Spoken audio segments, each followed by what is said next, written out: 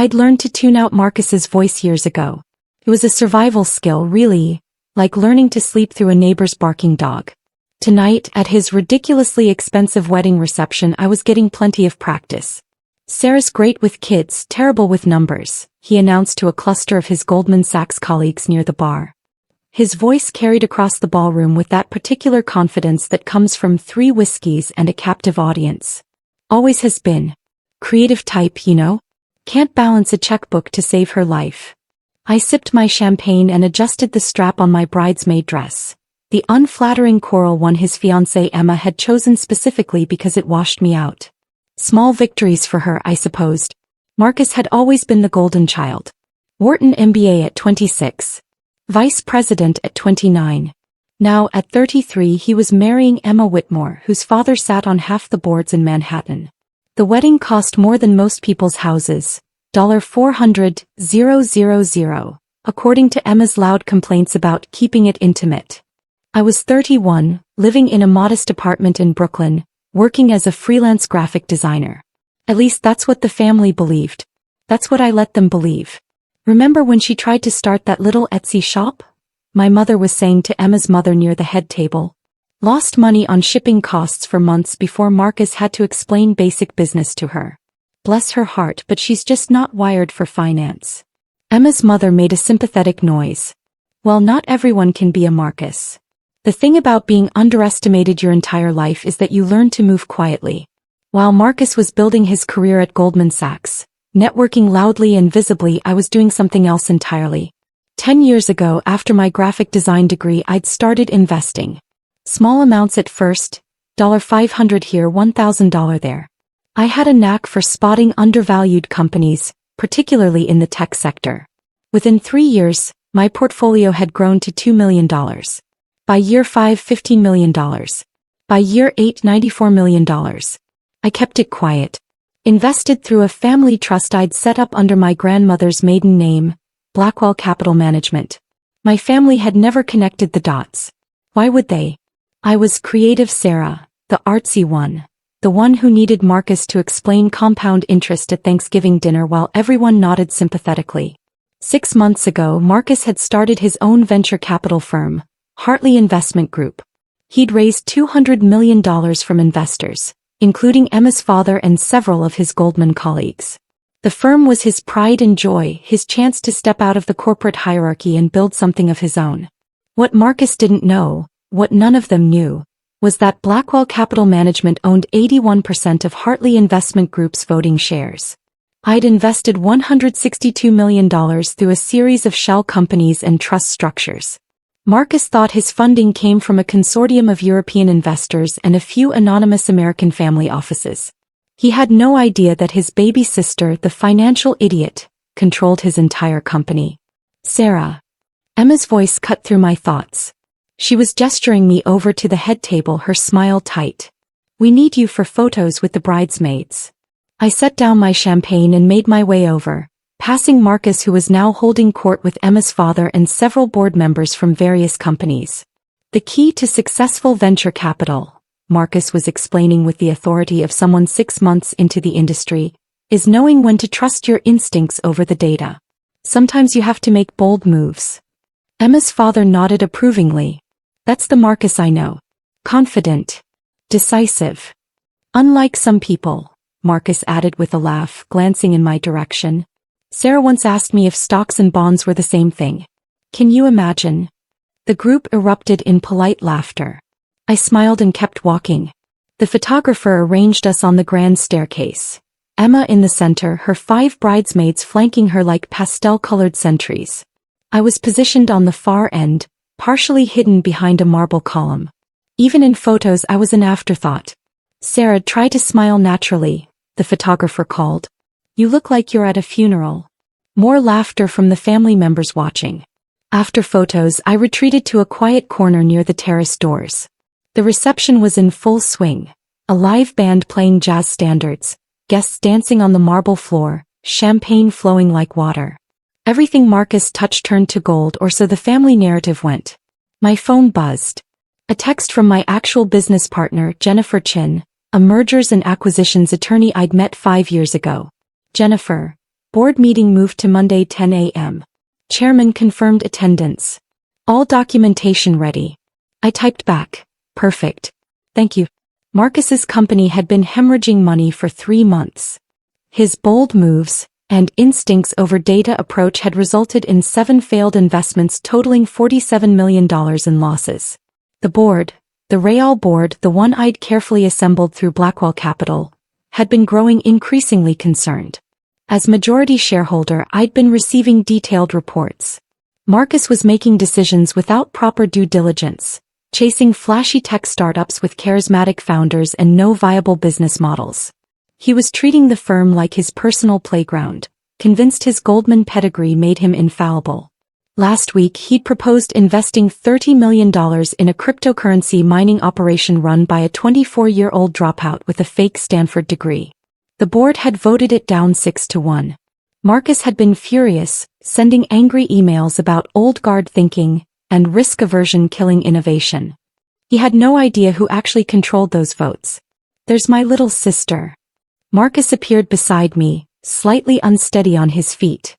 He'd loosened his tie, his face flushed from alcohol and attention. Why are you hiding in the corner? This is a party. Just taking a breather, I said. Beautiful wedding, Marcus. Congratulations. Yeah, Emma really outdid herself with the planning. He looked out at the crowd with satisfaction. This is just the beginning, you know. Hartley Investment Group is about to make some major moves. I'm in talks with 3 major pension funds right now. Could be looking at $500 million in additional capital by Q2. That's great, I said neutrally. You should let me manage some money for you, he continued, swirling his whiskey. I know you don't have much, but even a few thousand properly invested could grow significantly. I could teach you the basics. God knows you need the help. I appreciate the offer. I'm serious, Sarah. You can't just live hand-to-mouth your whole life doing little art projects. You need to think about retirement, building wealth. It's not too late to learn, even if finance doesn't come naturally to you. A waiter passed with a tray of champagne. Marcus grabbed 2 glasses, handing me one. To family, he said, raising his glass. And to finally understanding how the real world works. I clinked my glass against his. To understanding, I agreed. My phone buzzed again. This time a call. I glanced at the screen. Richard Blackwell, board chairman. Richard Blackwell wasn't actually related to me. He was a former J.P. Morgan executive I'd recruited to chair the Hartley Investment Group board. The surname was convenient for maintaining my cover. He only called when something required immediate attention. Excuse me, I need to take this, I said. Marcus waved me off, already turning back toward his guests. I stepped onto the terrace, the cool October air a relief after the stuffy ballroom. Richard. Miss Hartley. His voice was grave. I apologize for calling during your brother's wedding, but we have a situation. Marcus just sent an email to all investors announcing he's moving forward with the cryptocurrency mining investment. He's claiming board approval and says the deal closes Monday morning, $30 million wire transfer. My stomach tightened. He's lying about the board approval. I'm aware. I've already received calls from 3 concerned board members. This constitutes fraud, Ms. Hartley. He's misrepresenting board decisions to investors. If that money transfers, we're looking at potential criminal liability for the entire firm. I watched through the glass doors as Marcus laughed with Emma's father, completely oblivious. Has he been drinking tonight? Richard asked. Yes. That might explain the recklessness, but it doesn't excuse it. As majority shareholder, you need to make a decision. We can either remove him as CEO effective immediately, or we wait until Monday and risk him actually executing this fraudulent deal. Through the glass, I could see my mother showing wedding photos to relatives, Marcus the star of every image. My father stood with his arm around Marcus's shoulder, beaming with pride at his son, the financial genius. Schedule an emergency board meeting for tomorrow morning, I said quietly. 9 a.m. I'll be there in person. You're sure? That will reveal. I'm sure. Notify all board members and legal counsel. Marcus needs to be there too. He'll want to know who called the meeting. Tell him the truth. Tell him the majority shareholder called it. Let him spend tonight wondering who that is. Richard was quiet for a moment. I'll send the notifications within the hour. See you tomorrow, Miss Hartley. I ended the call and stood on the terrace, looking out at the Manhattan skyline. The city glittered like scattered diamonds, beautiful and indifferent. Back inside, the band was playing The Way You Look Tonight. Marcus was dancing with Emma, spinning her under his arm while guests applauded. He caught my eye and grinned, pointing at me with his free hand like I was in on the joke, like we were all celebrating his success together. I raised my champagne glass in response. My phone buzzed with Richard's email. Emergency board meeting. Sunday, October 15th, 9 a.m. Hartley Investment Group offices. Called by majority shareholder, Blackwell Capital Management. Required attendance. All board members, CO Marcus Hartley, legal counsel. I watched as Marcus's phone buzzed in his jacket pocket. He ignored it, lost in the moment with his new wife. It buzzed again. And again. Finally he pulled it out, his smile fading as he read the screen. He stopped dancing, causing Emma to stumble slightly. She said something to him, concerned, but he wasn't listening. He was staring at his phone like it had just betrayed him. He looked around the ballroom wildly, then his eyes found me on the terrace. Even through the glass I could see the confusion on his face. Who the hell is Blackwell Capital? He mouthed. I simply smiled and raised my glass again. Marcus extracted himself from Emma and strode toward the terrace doors, yanking them open. What the hell is this? He thrust his phone at me. Emergency board meeting? Tomorrow morning? During my honeymoon weekend? Who does Blackwell Capital think they are? I don't know, Marcus. What does the email say? It says they own 81% of voting shares. His voice was rising, drawing attention from nearby guests. That's impossible. I know every major investor in my firm. Maybe you don't know them as well as you think. This is ridiculous. I'm calling Richard right now. He started dialing, but I reached out and gently pushed his phone down. Marcus, it's your wedding night. Don't you think this can wait until tomorrow? Wait. Sir, this is my company. Some mysterious shareholder can't just call emergency meetings and demand my presence. He ran his hand through his hair, agitated. This is probably one of the European investors getting cold feet about the crypto deal. I'll straighten it out tomorrow, but this is totally unprofessional timing. Emma appeared at his elbow. Marcus, what's wrong? Everyone's asking why you stopped dancing. Work stuff, he muttered. Nothing I can't handle. On your wedding night? Emma's voice went cold. Seriously. It's just a meeting tomorrow morning. I'll deal with it quick and then we'll head to the Maldives as planned. You're supposed to be on our honeymoon. I know, babe, but this is important. Some investors throwing their weight around, probably trying to block my crypto deal. I just need to remind them who actually runs the company. I sipped my champagne, saying nothing.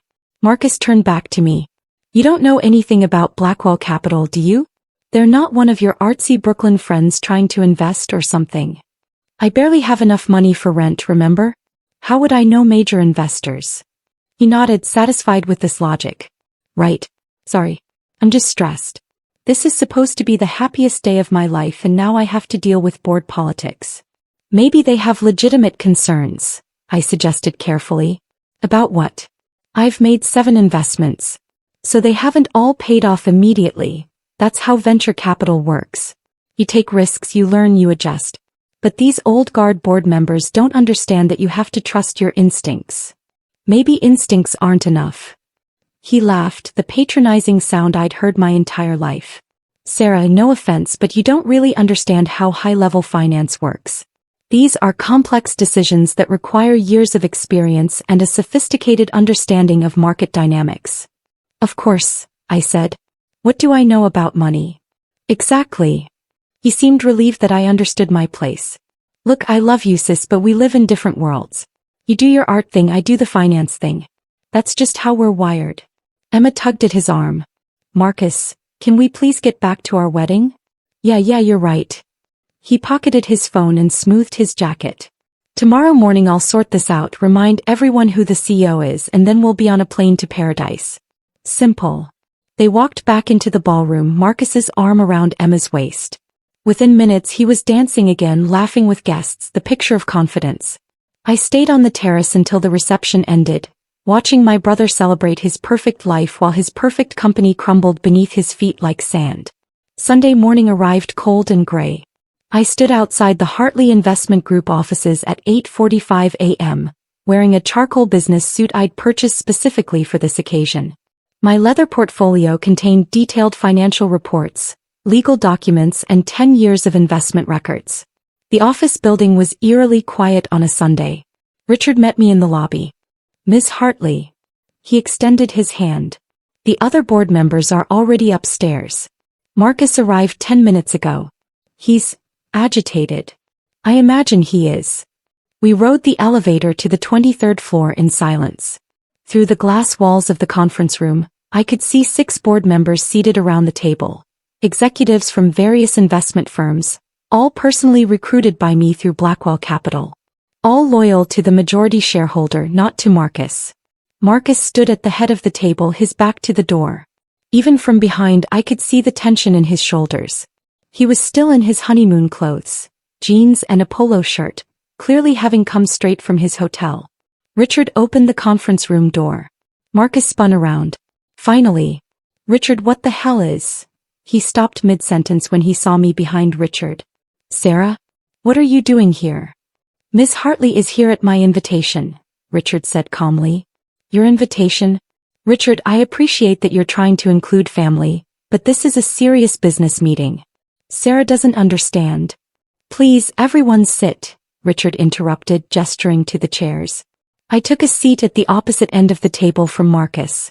The board members watched with careful expressions, already briefed on what was about to unfold. Marcus remained standing. "Someone want to tell me what this is about?"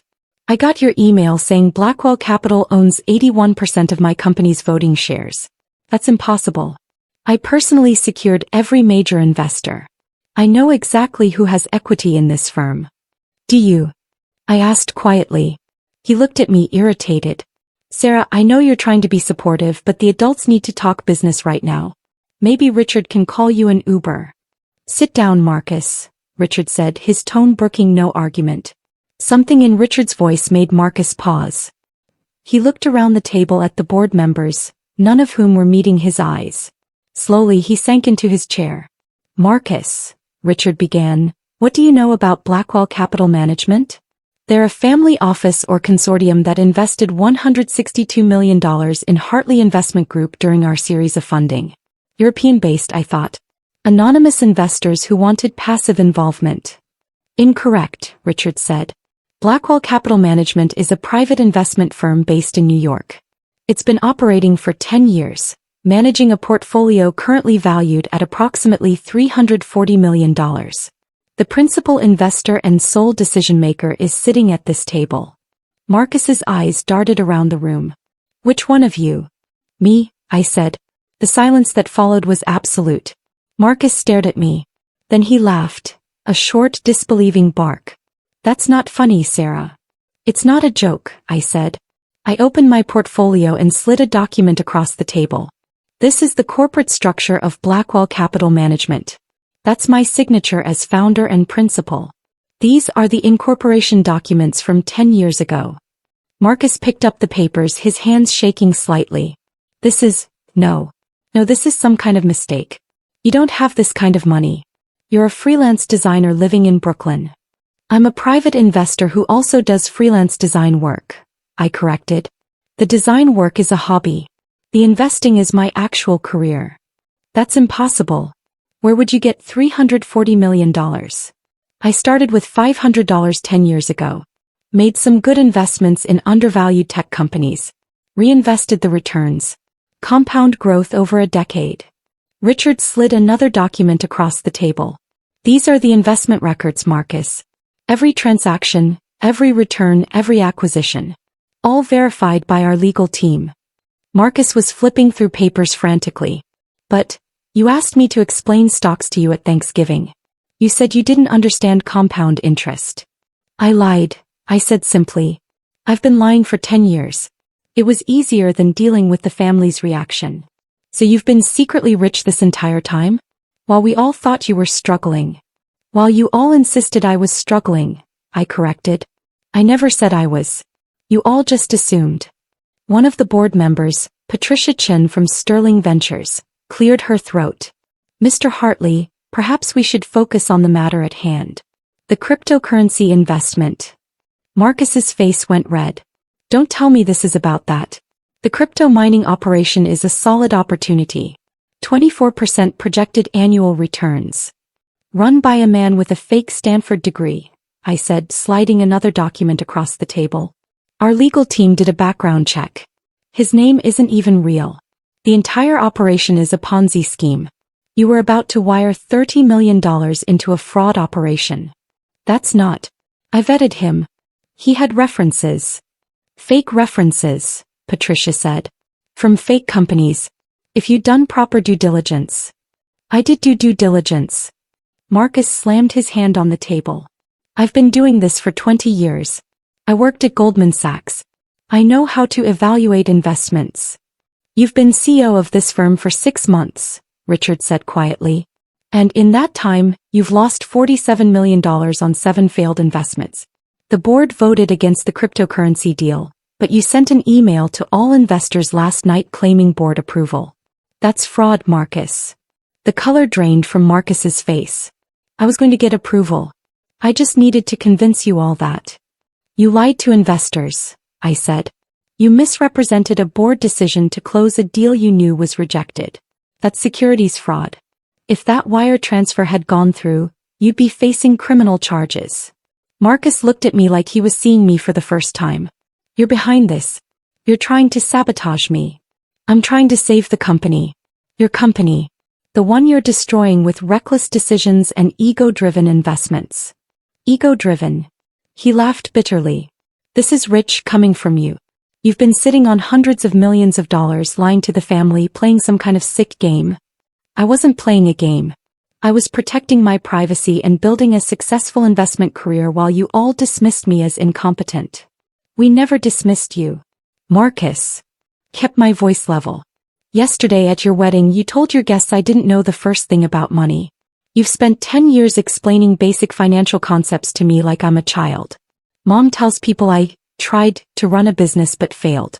Dad introduces me as the creative one, with a tone that makes it clear I'm the family disappointment. That's not, we were just being honest about what you believed, I finished. And I let you believe it because it was easier than explaining that I'd built an investment portfolio worth more than Dad's entire retirement fund by the time I was 26. Another board member, James Whitmore, yes, Emma's father, spoke up. Marcus, I think we need to address the immediate issue. Ms. Hartley, as majority shareholder, what action do you want to take? Marcus's head snapped toward James. Wait, you knew about this?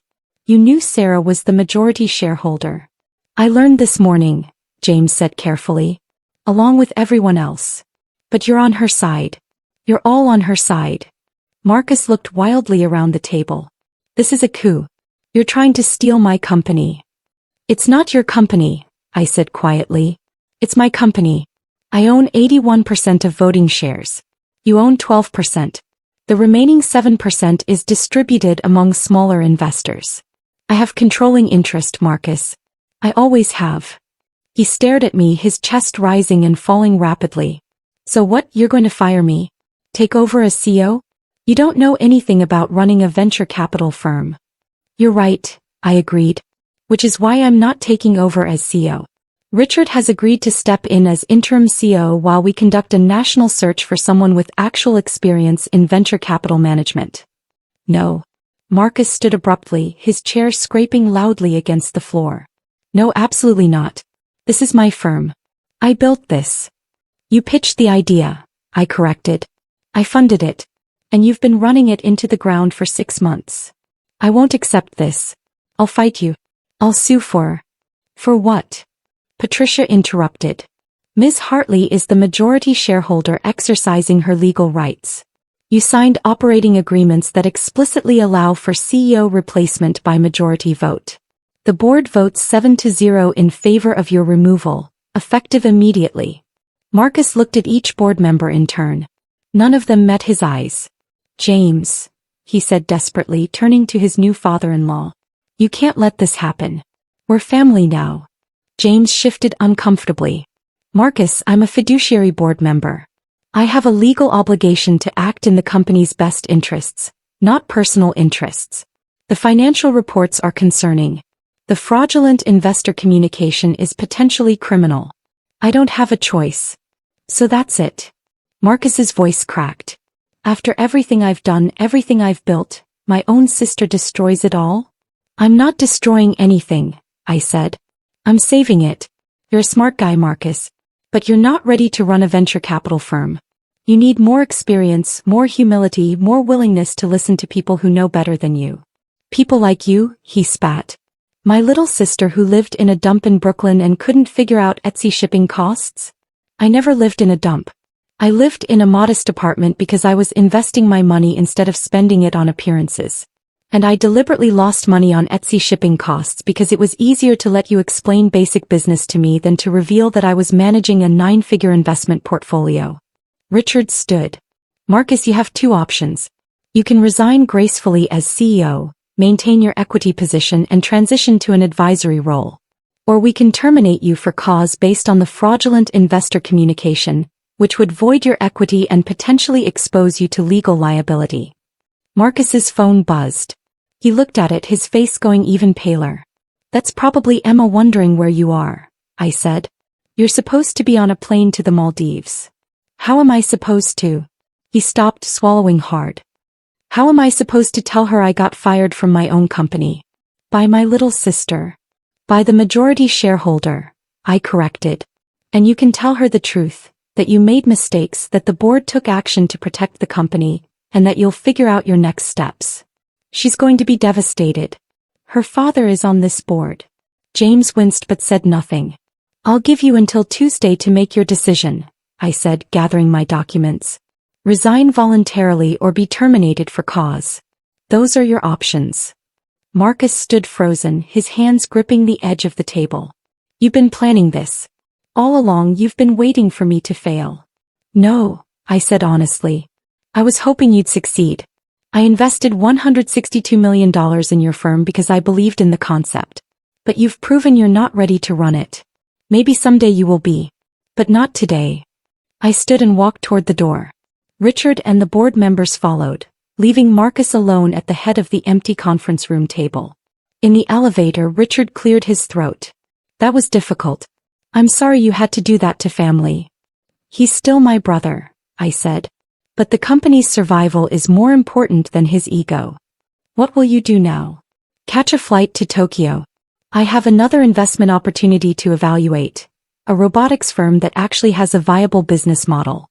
And your family? I thought about that. I'll tell them the truth eventually. When I'm ready. When they're ready to hear it. The elevator doors opened onto the lobby. Through the glass walls I could see the city waking up. Coffee shops opening, people walking dogs, the Sunday morning rhythm of Manhattan. My phone buzzed. A text from Marcus, I hate you. I replied, you're angry. I understand. But you'll be okay. Another buzz. Everyone will know you destroyed me. Everyone will know I saved a company you were driving into the ground. There's a difference. A longer pause. Then, Mom and Dad will never forgive you. I typed. Probably not. But I didn't do this for their approval. I silenced my phone and walked out into the October morning. Behind me, 23 floors up, my brother was probably still standing in that conference room, trying to understand how his clueless little sister had outplayed him so completely. The thing about being underestimated is that people never see you coming. And by the time they do, it's already too late.